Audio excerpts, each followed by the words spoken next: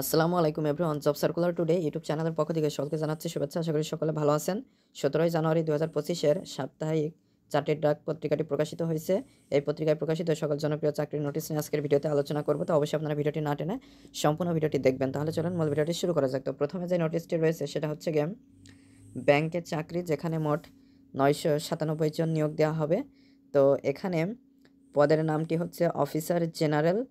তো এখানে হচ্ছে গিয়ে শিক্ষাগত যোগ্যতা ডিগ্রি বা 4 বছর মেয়াদি স্নাতক বা স্নাতক সম্মান ডিগ্রি থাকতে হবে। মাধ্যমিক স্কুল সার্টিফিকেট সমমান এবং তদূর্ধ্ব পর্যায়ের পরীক্ষাসমূহে একটিতে প্রথম বিভাগ শ্রেণী গ্রেডিং পদ্ধতির ফলাফলের ক্ষেত্রে সরকারি নীতিমালা প্রযোজ্য হবে। তো এটার আরও বিস্তারিত দ্বিতীয় পৃষ্ঠায় আপনারা পেয়ে যাবেন, বিস্তারিত দেখে নিয়ে আবেদন করতে পারছেন।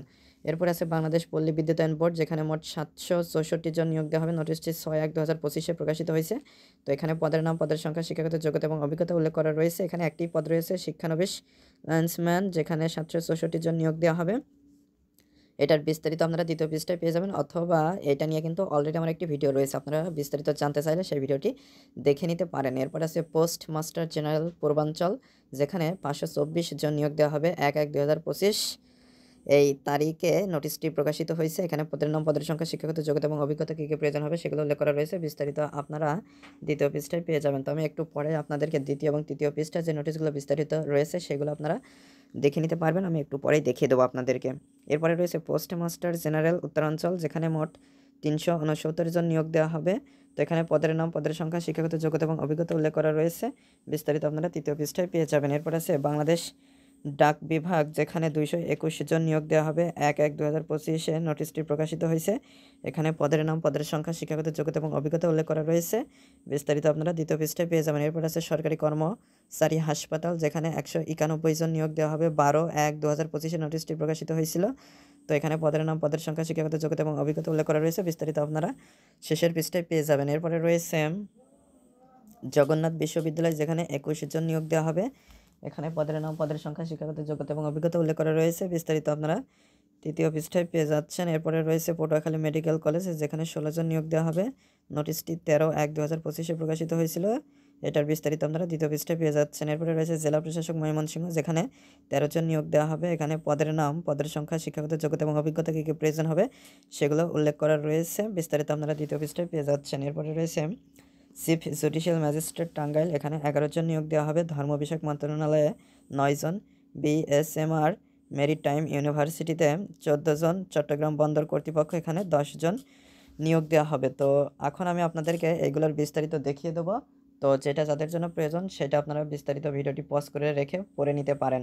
তো এখন আমি আপনাদেরকে দ্বিতীয় পৃষ্ঠাটা দেখিয়ে দিচ্ছি। এখানে দেখতে পাচ্ছেন অনেকগুলো নোটিশেরই বা সার্কুলারেরই বিস্তারিত কিন্তু এখানে দেওয়া রয়েছে।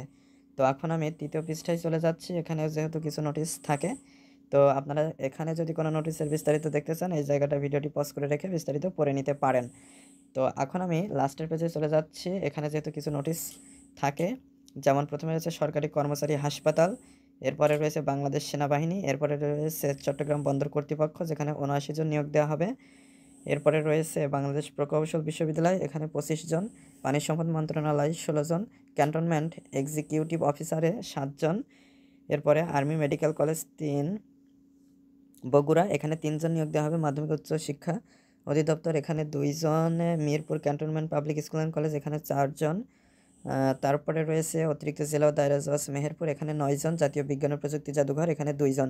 আইসিবি ক্যাপিটাল ম্যানেজমেন্ট লিমিটেড 23 জন। তো এইগুলো প্রত্যেকটি নোটিশ কিন্তু আপনারা দ্বিতীয় এবং তৃতীয় পৃষ্ঠায় পেয়ে যাবেন, যেগুলো আমি অলরেডি আপনাদেরকে দেখিয়ে দিয়েছি। তো এর মধ্যে থেকে কিছু বড় বড় নিয়োগ যেগুলো নিয়ে অলরেডি কিন্তু আমার ভিডিও রয়েছে চ্যানেলে। আপনারা যদি ভিডিওটি কোনো স্পেসিফিক নোটিশের ভিডিও চান, তো চ্যানেলটি ভিজিট করলে কিন্তু আপনারা খুব সহজে সেই ভিডিওটি পেয়ে যাবেন। আর যদি ভিডিওটি না পান সেটা অবশ্যই কমেন্ট করে জানাবেন, তাহলে সেটা নিয়ে বিস্তারিত ভিডিও তৈরি করে আপলোড করে দিলে আপনারা বিস্তারিত জানতে পারবেন। তো আশা করি মূল বিষয়টা বুঝতে পেরেছেন। তো আজকে এ পর্যন্ত, পরবর্তী ভিডিওতে কথা হবে। ধন্যবাদ সবাইকে।